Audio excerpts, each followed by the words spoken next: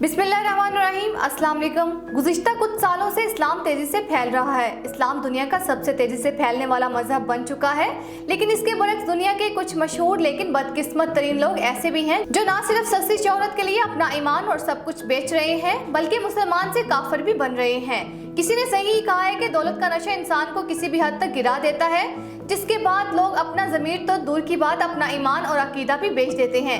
इसी चीज को मद्देनजर रखते हुए आपको दुनिया के चंद लोगों के बारे में बताते हैं जिन्होंने इस्लाम छोड़कर काफिर बनना पसंद किया। पहले नंबर पर अनवर शेख। पाकिस्तान के हाजी अनवर शेख का शुमार भी इन बदनसीबों में होता है जो मुसलमान से काफिर हो गए। यही वजह है कि अनवर शेख की मुसलमान से काफिर होने की कहानी रोंगटे खड़े कर देती है।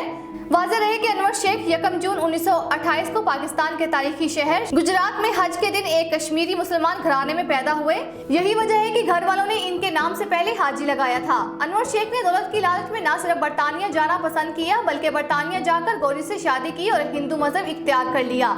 ये अनवर शेख अपनी लालच का शिकार होकर मुसलमान से काफिर हो गया, जिसके बाद उन्होंने अपना नाम अनवर शेख से तब्दील करके अनिरुद्ध ज्ञान रख लिया। इससे भी ज्यादा दिल दुखाने वाली बात यह है कि अनवर शेख काफिर बनने के बाद मरते दम तक मुसलमान मुखालिफ मज़ामीन लिखता रहा। इन्हें इस्लाम मुखालिफ मज़ामीन में इस्लाम और दहशतगर्द नामी किताब सरफहरिस्त है। इसीलिए 1995 में उलमाए कराम ने इनके खिलाफ खुतबे जारी किए। यही वजह है कि वो पाकिस्तान वापस आने के बजाय मरते दम तक बरतानिया में ही रहे। इनकी वफात 25 नवंबर 2006 को हुई। दूसरे नंबर पर शम्स पहलवी। ईरानी शहजादी शम्स पहलवी की कहानी इंतहाई अफसोसनाक है। शम्स पहलवी 28 अक्टूबर 1927 को ईरान के दारुल हुकूमत तेहरान में पैदा हुई। याद रहे कि ईरान के बादशाह रजा शाह पहलवी की बड़ी बहन शम्स पहलवी के बारे में ये बात मशहूर है कि उन्होंने इस्लाम छोड़कर ईसाई मजहब कैथोलिक इख्तियार कर लिया था, यानी ईरानी शहजादी मुसलमान से काफिर हो गई थी। हकीकत ये है कि शहजादी शम्स ने 1940 को इस्लाम छोड़कर रोमन मजहब कैथोलिक को इख्तियार कर लिया था, जबकि तारीख हमें बताती है कि 1979 के ईरानी इनकलाब के बाद शम्स पहलवी को इनके अपने शौहर और बच्चों के साथ ईरान से जलावतन कर दिया गया था, जिसके बाद शम्स पहलवी ने अमेरिका की मशहूर रियासत कैलिफोर्निया में रिहाइश इख्तियार कर ली थी। लेकिन उन्होंने एक दफा फिर ईरान वापस आकर शाही खानदान में रहना शुरू कर दिया था। लेकिन ईरान में इस्लामी इनकलाब आने के बाद ईरानी शहजादी ने ईरान को हमेशा के लिए छोड़कर दोबारा अमेरिका में मुस्तकिल रिहाइश इख्तियार कर ली थी। यूं शहजादी शम्स अमेरिका में ही कैंसर जैसी मौजी मर्ज में मुब्तला होकर 1996 में जहान फानी से कोच कर गई थी। तीसरे नंबर पे है तिलिंगाकार्तने दिलशाद। श्रीलंका के मशहूर तरीन क्रिकेटर और साबिक कप्तान तिलिंगाकार्तने दिलशाद का नाम भी इन लोगों में शुमार होता है जिन्होंने पैसे और सस्ती शोहरत के लिए इस्लाम को छोड़कर दीगर मज़ाहिब को इख्तियार किया। इनकी इस्लाम छोड़कर काफिर बनने की कहानी इंतहाई नाकाबिले यकीन है।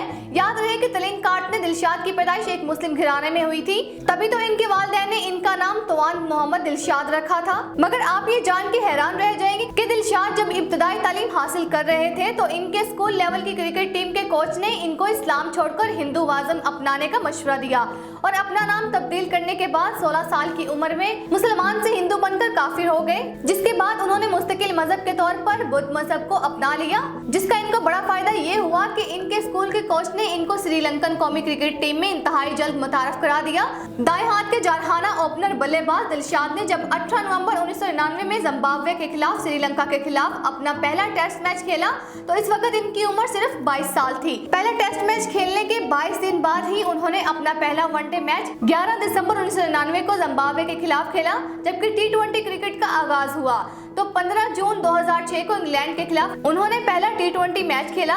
याद रहे कि इन्हें दुनिया का पहला ऐसा क्रिकेटर होने का एजाज हासिल है जिसने सबसे पहले टेस्ट, वनडे और T20 में सेंचुरी स्कोर की थी। चौथे नंबर पर है नरगिस दत्त। नरगिस दत्त 1 जून 1929 को भारत की मशहूर रियासत कोलकाता में एक मुसलमान घराने में पैदा हुई। आप ये जानकर दंग रह जाएंगे कि बॉलीवुड की मशहूर अदाकारा और भारतीय सियासतदान नरगिस दत्त का असल नाम फातिमा रशीद है, यानी ये एक मुसलमान अदाकारा थी। याद रहे कि नरगिस दत्त ने भारतीय फिल्म इंडस्ट्री में तकरीबन 70 से ज्यादा फिल्मों में काम किया।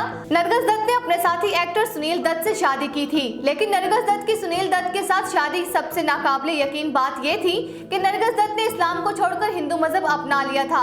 यूं नरगिस दत्त शादी की खातिर मुसलमान से काफिर हो गई। इनके वालिद अब्दुल रशीद को रावलपिंडी की मशहूर कारोबारी शख्सियत के तौर पर भी जाना जाता है। ये पहले गैर मुस्लिम थे लेकिन बाद में इस्लाम ले आए थे, जबकि इनकी वालदा शुरू से ही मुसलमान थी। नरगिस दत्त को इनकी बेहतरीन अदाकारी पर कई बड़े फिल्मी अवार्ड भी मिले हैं। लेकिन अगर नरगिस दत्त की निजी जिंदगी की बात की जाए तो सुनील दत्त से शादी करने के बाद इनके 3 बच्चे हैं, जिनमें भारत के मशहूर अदाकार संजय दत्त भी शामिल हैं। अफसोस के नरगिस दत्त 3 मई 1981 को 51 साल की उम्र में काफिर होते हुए इंतकाल कर गई। 5वें नंबर पर है तस्लीमा नसरीन। तस्लीमा नसरीन बांग्लादेश की मशहूर लिखारी हैं। ये 25 अगस्त 1962 को मशरकी पाकिस्तान यानी आज के बांग्लादेश के मुस्लिम घराने में पैदा हुई। इनके वालिद मुसलमान डॉक्टर थे। तस्लीमा नसरीन ने 1976 में अपने स्कूल और 1978 में कॉलेज की तालीम हासिल करने के बाद डॉक्टर बनने के लिए यूनिवर्सिटी ऑफ ढाका में दाखिला लिया, जहां से उन्होंने 1984 में MBBS की डिग्री हासिल करके अपनी ग्रेजुएट मुकम्मल की, मगर फिर अचानक इस्लाम छोड़कर लादीन हो गई, जिसके बाद उन्होंने इस्लाम और मुसलमानों के खिलाफ कई किताबें लिखी, जिनमें ज्यादातर किताबों में बांग्लादेशी हुकूमत ने पाबंदी लगा दी, जबकि तस्लीमा नसरीन को ब्लैक लिस्ट में जाकर जलावतन कर दिया गया। जलावतनी के बाद 1990 में इनके लिखे गए नावल और मज़ामीन की वजह से तस्लीमा नसरीन को आलमी तौर पर शोहरत हासिल हुई। यूरोप और अमेरिका में एक दहाई गुजारने के बाद तस्लीमा नसरीन ने भारत में रिहाइश इख्तियार कर ली। यहाँ से भी इनको 2008 में निकाल दिया गया, लेकिन आज ये रेजिडेंट परमानेंट पर भारत के शहर दिल्ली में रिहाइश पजीर हैं।